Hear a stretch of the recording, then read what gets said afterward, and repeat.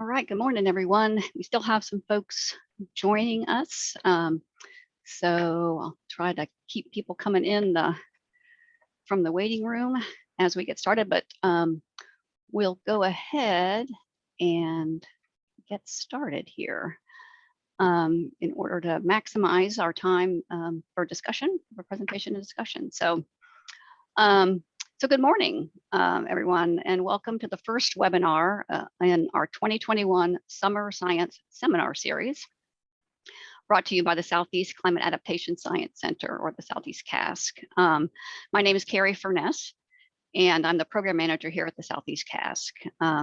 In this virtual seminar series, we're highlighting CCAS-funded projects that support resource management actions across the Southeast.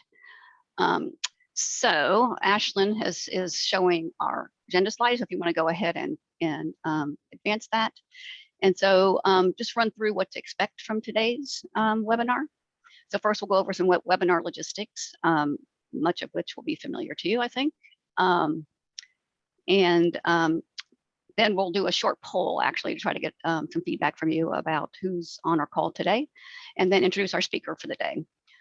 So she'll present for about 40 minutes or so, and then we'll have some time for Q&A at the end before we wrap up. So now I'll pass the mic over to Ashlyn Shore, our communication specialist here at the CASC, who will give us a quick intro to our Zoom interface. Thanks, Carrie, and good morning, everybody. Thanks for joining us today. I'll quickly go over just some features of Zoom that we're going to use for today's webinar. So as noted on this main slide, the controls on the bottom left of your Zoom screen allow you to connect to audio using either your computer or phone, and you can just call into the phone number listed in the middle of the screen. So this is also where you can mute and unmute your audio. And just to note that we'll keep all lines muted throughout the presentation, and just ask that you also keep your video off just to lessen distraction as Katherine presents this morning. So in the middle of the bottom bar, you can access the chat window. And I'd encourage you, if any questions come up during the presentation, to just go ahead and submit them in the chat for discussion after the talk. We'll be monitoring the questions there, and we'll pose them to our speaker during the Q&A session. So we will be recording today's webinar, and you can access and share the recording afterwards on the Southeast CAST website, on our Science Series webpage, and on our YouTube channel. So that's all for me. I'll pass it back to you, Carrie. Great. Thanks, Ashlyn. So now I'd like to launch a short poll just to get a little bit of information about who's with us today, and to also help us know how to continue to get information out about these seminars. So I'll give you just about half a minute or so to get these, to fill out some information about who's with us, how you identify. Looks like we're getting some good responses. All right. Just give you another couple seconds, and then I'll end and share those results. So here we go.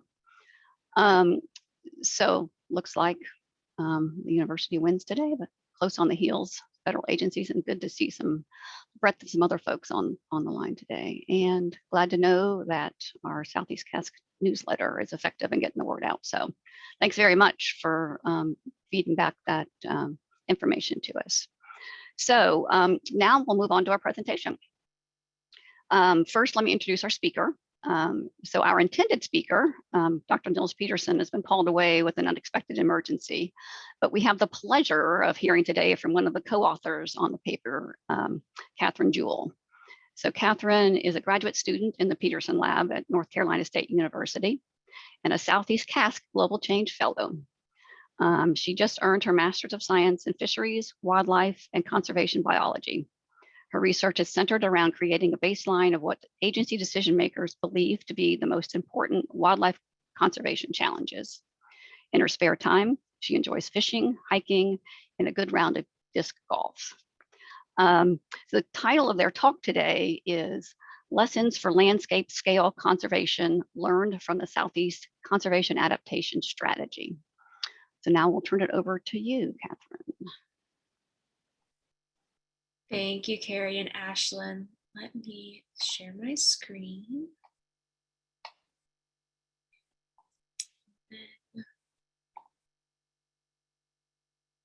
All right, can everyone see that in the correct mode?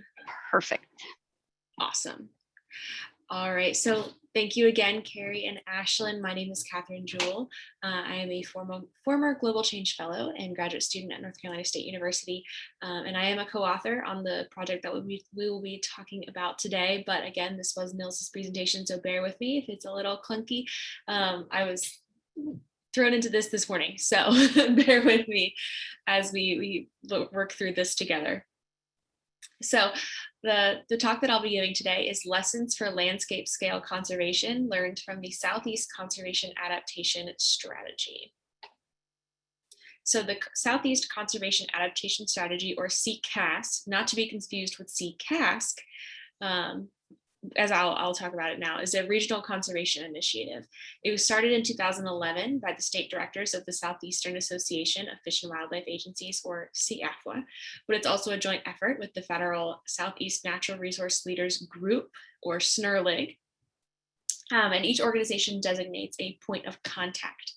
And then new additions in 2020, we've opened up to nonprofit groups like the Nature Conservancy, the Southern Group of State Foresters, and the Open Space Institute.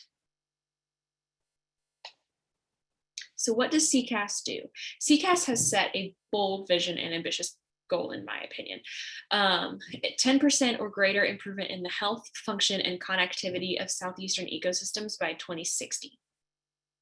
And for this, they've designed a blueprint for action and they aim to clear barriers for cross-state collaboration. If you have the time, looking at the blueprint is a very incredible tool. As well, there are specific metrics for what these health, function, connectivity measures are on a sliding scale. It's very, very interesting. So that's the background on SECAS. So for this specific project, the SECAS Futures Project, the original SECAS governance was structured similarly to the landscape conservation cooperatives with steering committees and using their networks. However, in 2017, those LCCs were disbanded or transitioned. So in 2020, in order to figure out the next 10, 15 years, Mallory Martin initiated the SECAS Futures Project in order to determine how SECAS was adding value to partner organizations, the future needs for sustaining this initiative, and then recommendations for future actions. So in order to do this, there were two sides of the coin. One side was a literature review and case study on large landscape scale organizations. And that was conducted by the researchers at the University of Montana in Dr. Sean Johnson and Anna Weirn. And then the North Carolina State portion of the project was a set of interviews. So we used a semi-structured interview guide and conducted 22 phone interviews in March and April of 2020. And we utilized in vivo software to do all of our data analysis. And all of these interviews were conducted by myself and my research assistant, Rachel, who is also a co-author on the project. So our main findings, we came up with two main themes and then talked about each. So one was value added, and then the second was barriers and area for improvement. So in terms of value added, we found that SECAS adds value to partner organizations in two main ways. One, as an information hub, and two, as a forum for regional collaboration. So as an information hub, that's having the blueprint. The blueprint is a conglomeration of a bunch of data to be able to look at being able to prioritize land conservation opportunities, as well as outdoor recreation opportunities, of course. And then also as a forum for regional collaboration, they really build relationships because SECAS is a partnership, So they will facilitate and bring together these folks that may or may not have worked together in the past.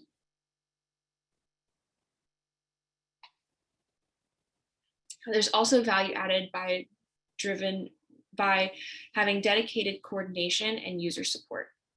And this quote was really good. I liked it. The staff are really good at engaging not only from the technical science side of things, but also from the social and user interface aspect in terms of understanding what the issues are and explaining how the SECAS tools can be used. And then in terms of barriers and areas for improvement, we were really looking for why aren't more folks being involved with CCAS, or why are folks not as involved, you know? So we came up with two main themes here as well. So hone in and communicate on the purpose and focus. CCAS has a broad mission, which is true. It really need to articulate the priorities.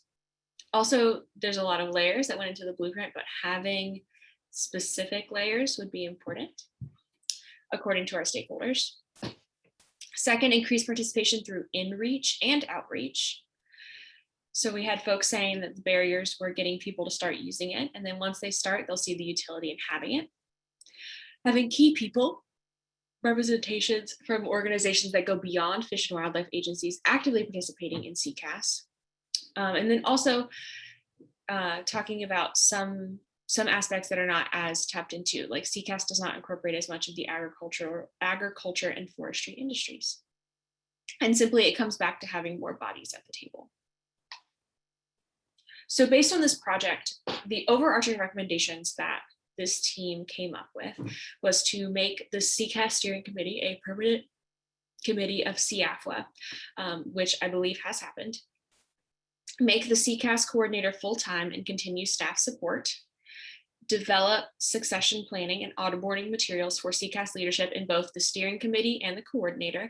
And I'm not sure if I mentioned this, but the steering committee is made up of state wildlife agency directors. Prepare a CCAS statement of shared purpose, and prepare a proposal for a social network analysis of CCAS and its partners. So thinking about all of this, the broad complex conservation challenges in the Southeast are going to require more of what CCAS does, utilizing like in AFWA's general principles on the 30 by 30.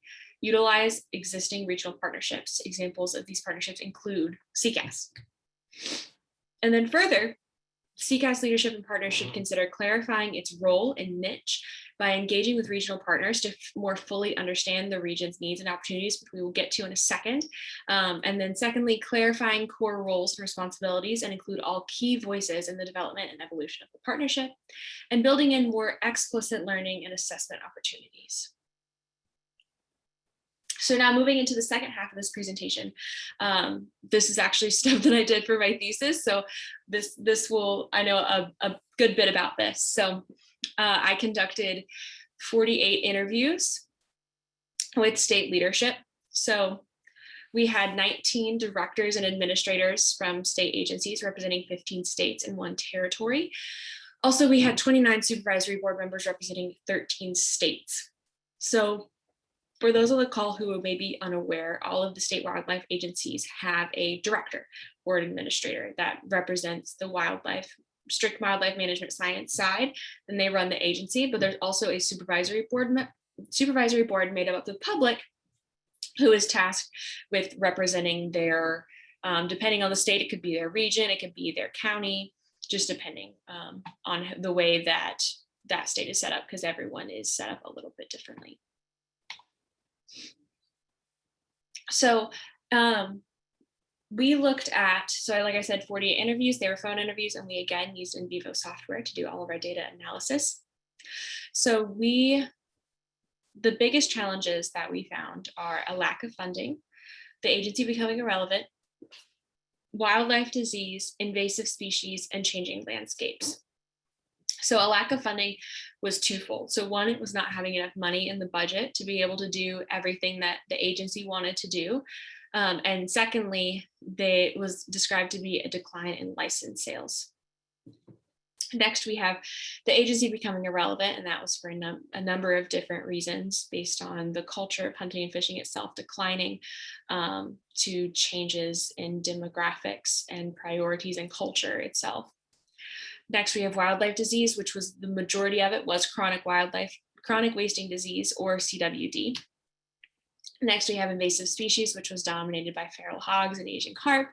And finally, changing landscapes, which meant different things to different people, but it encompassed different management practices for the land, changing the land from like farmland to grasslands or vice versa. So with a lack of funding, like I said, there's never enough money to do everything we need. And I had stakeholders saying that as public employees, we have to do the best job we can with what we have. Secondly, if you look at the objective data, it's clear that revenue provided by hunters and fishermen is the bulk of the conservation dollars here in North America. And as such, we have fewer hunters and fishermen, fewer dollars for fish and wildlife conservation. Secondly, and if you are unaware, I'm sure most of us are, but the funding model of these state agencies is primarily licensed dollars and Pittman-Robertson funds and Dingell-Johnson as well. And the Pittman-Robertson fund is an excise tax on guns and ammunition and hunting equipment.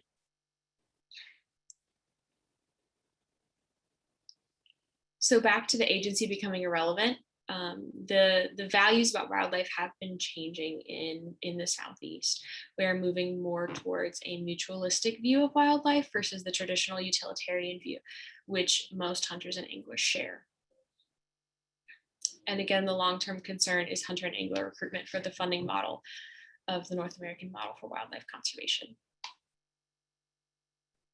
Again, like I said earlier, we've got shifting demographics, we've got an aging population. One participant said, I foresee a time that hunting is not recognized as the conservation tool that it is and the necessary component to wildlife management.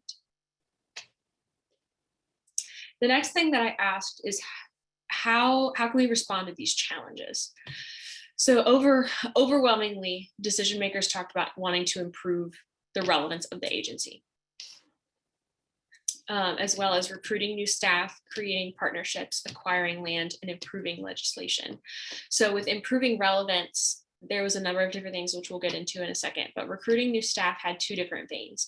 So one vein, on one hand, it was recruiting new types of staff, increasing educational staff, social scientists, economists, that kind of thing. And then secondly was also recruiting diverse staff, making the staff of the agency look like the population of the state. Next, we had create new partnerships, which is exactly what it sounds like, getting new folks to the table and working together.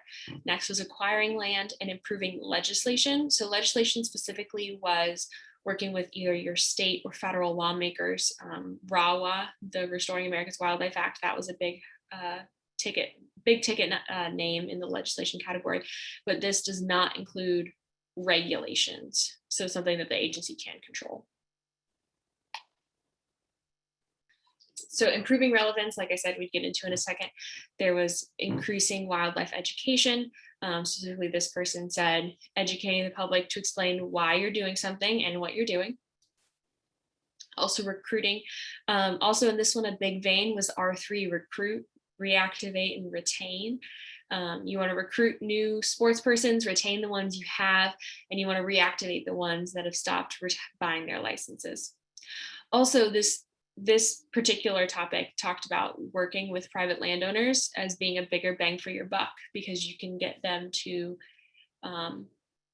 make changes to their land to help specific populations. And then one hot topic that you may have thought that should have come up but didn't was climate change. So I did a follow-up interview with some folks, and overwhelmingly, the two main reasons why climate change was not mentioned was too long-term and political barriers. So too long-term, like I said, the emphasis is more on the short term. Specifically, agency decision makers, directors are not in office often for very long. And then secondly, the supervisory board members sometimes have term limits. So they'll only be there for 6 to 8 years. And when you think of something like climate change, sometimes it can seem more daunting, and there's some things that you can do easier in 6 to 8 years versus long term. So secondly, they talked that they just assume it's there, that we shouldn't have to say that climate change is going to be an issue because we all know it is. And then thirdly, there are a lot of other priorities at the moment. They've got other stuff they need to take care of first before they can even talk about climate change.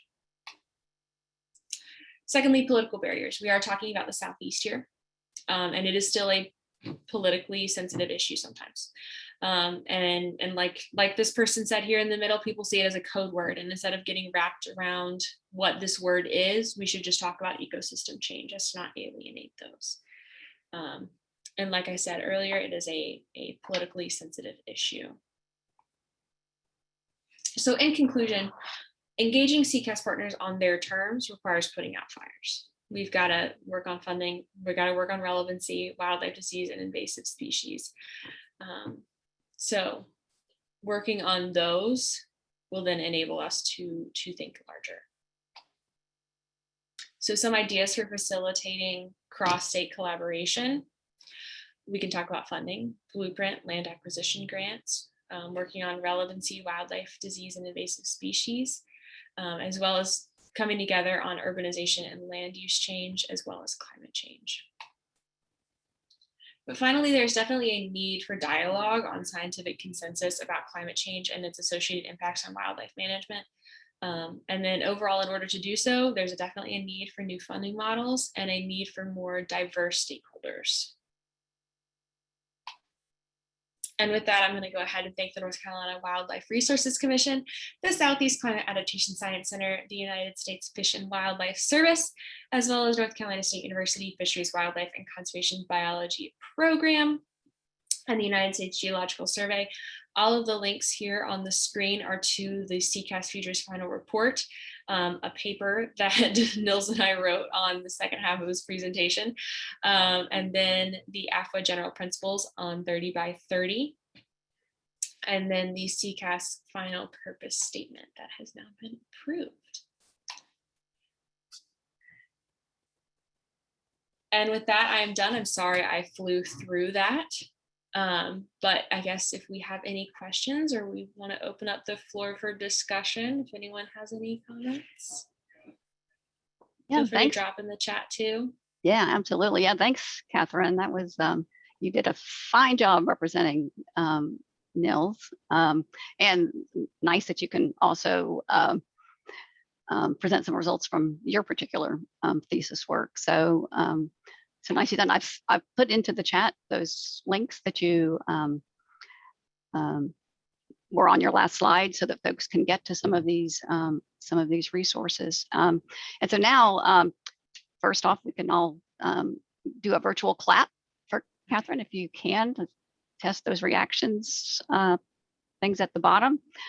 And then I would pause now and open it up for questions, discussion. I think our group is well behaved enough that feel free to unmute yourself, or you can raise your hand.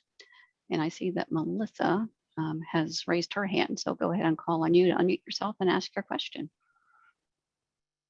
Sorry, wasn't raising my hand, was testing the buttons. Just trying to clap. Well, I'll pause, and I have a question, but I'll open it to others first.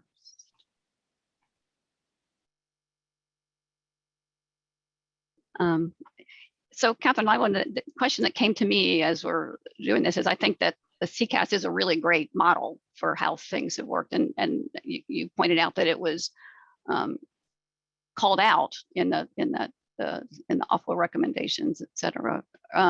So how broadly applicable do you think that some of these conclusions that you've come to are to other regions, other regional partnerships, or yeah, I don't know if you have a sense of that from some of your work.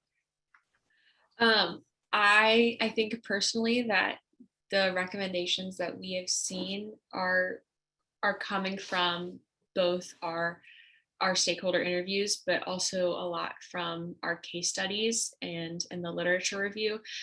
So these would be considered your best practices for large landscape scale cooperatives and conservation work. So in my opinion, I think that what we are learning could definitely be applied to other conservation groups as well. And we're learning, we're learning as we go along, right? So everyone, every partnership's a little bit different. Melissa, are you raising your hand now or still practicing? Yep, raising my hand. Done practicing. Do you have any current opportunities working with your team or possibly another team doing the conservation?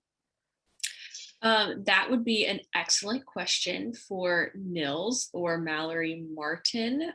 They would be the ones who are taking this research forward. I don't know if it was mentioned, but I did just graduate, so I am on the back end of this project, but moving forward, Mallory Martin at the Fish and Wildlife Service, he is the current CCAS coordinator. So he would be the man to talk to on that. Mallory Martin. Yes, and I can put his email in the chat. Hopefully he doesn't mind. Thank you. Yeah, he doesn't appear to be on today. So, all right, thanks. He is technically halftime, so he may right or may not. So there will be a succession coming for the Southeast Blueprint. So, are there some other questions or comments?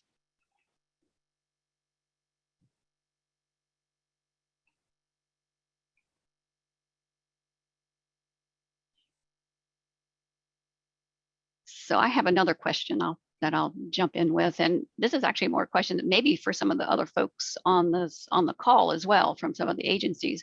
You mentioned in one of the recommendations is to find some new funding, develop some new funding models, and I'm curious to know ideas for what those models might be.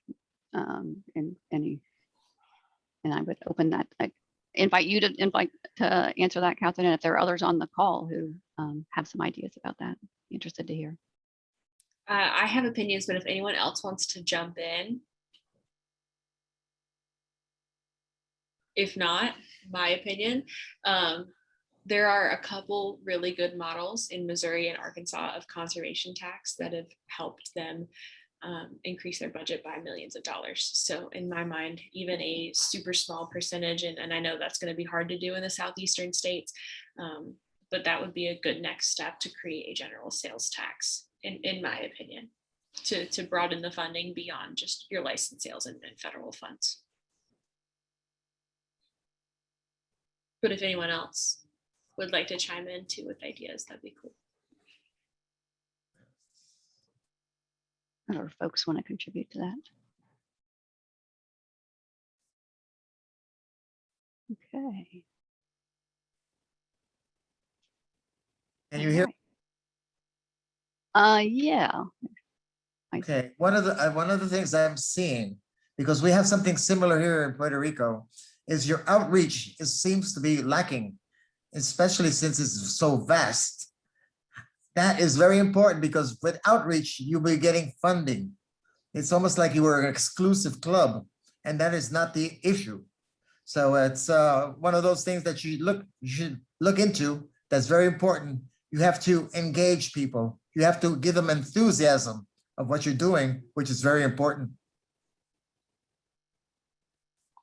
Do you have suggestions for for implementing something? How do you engender enthusiasm? Well, you have to show that you do things. Mm-hmm. In each state, a small group can start each thing and then get it all together. Like over here, we have a thing called La Naturaleza, which is a private NGO. And what they do is land acquisition and then have all sorts of activities to go to those places. And now that you deal so much with fishermen and whatnot, and unfortunately with the climate change, I think you have less fish. So you have to get involved with something else. And hunting is a no-no.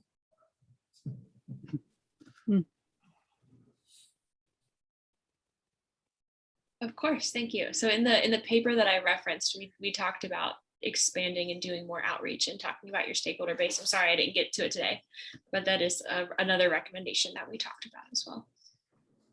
I'm glad to hear that it's beyond just what we thought about. Yeah, thank you. Other questions? or comments?